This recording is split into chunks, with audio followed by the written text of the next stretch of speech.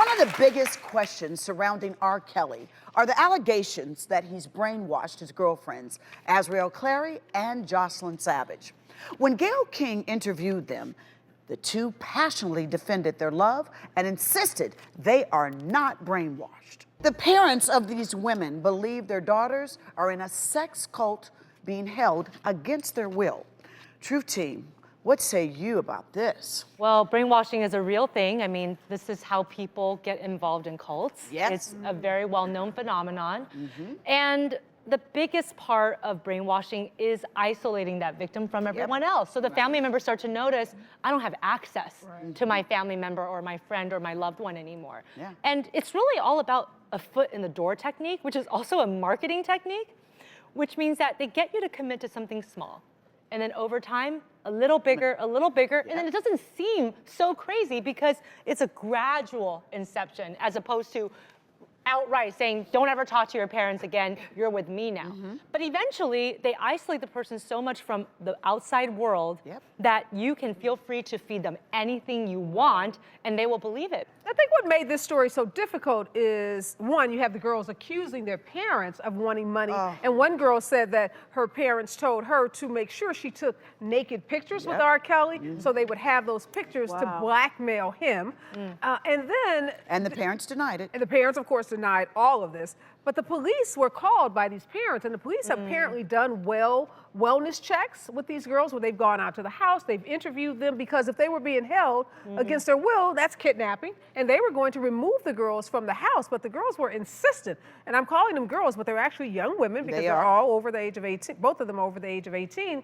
And the police said, we can't do anything. These young women are here because they want to be here, and they would not remove them from the home. Now, when I watched them talk, they seemed very programmed with their answers to me. You know what I mean? Like, you know, and then I can remember that there was another video where she was trying to say to everyone, I'm not being held against my will. And you could see someone in the shadow telling her when to stop talking, when to stop, you know. So for years, they've been programmed that, you know what I mean? So now when the police come, that's just another person to say the right answers to. And this really brings up the phenomenon of Stockholm syndrome as well. When somebody is truly a victim of kidnapping and they've been held supposedly against their will for years sometimes, when the police finally come to rescue this victim, they actually refuse to cooperate with the police. And they state their alleged loyalty to their captor.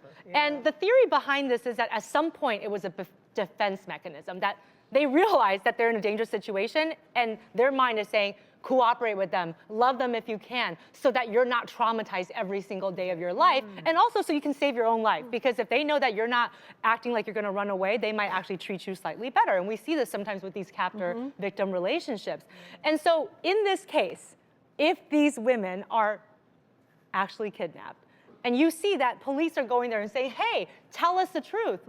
That part of their brain and the memory of what happened to them doesn't even exist anymore. They've made a totally different reality for themselves, and they don't want to betray their captor. You know, here's my problem. R. Kelly's a 50-year-old man. We wouldn't even be having this conversation if these were 45-year-old women. The fact is, these are young women, and I think the problem with R. Kelly, just date somebody your own age. We're actually having these conversations about you holding 21-year-old women captive. Now, say if someone had been in a cult for like a very long time and they've been brainwashed, is there a way that they can ever reconnect with their family? They can, but it takes so much time. And they're gonna need to go to a lot of therapy for that because their entire reality has been constructed in a certain way. They've learned to love these people who have brainwashed them. So once you break that bond, they feel lost. They feel depressed. In fact, sometimes they will have so many mental health symptoms after the fact, they're reflecting back on that as a time of great love and being cherished. And now you're trying to teach them that actually that's not really the way it works.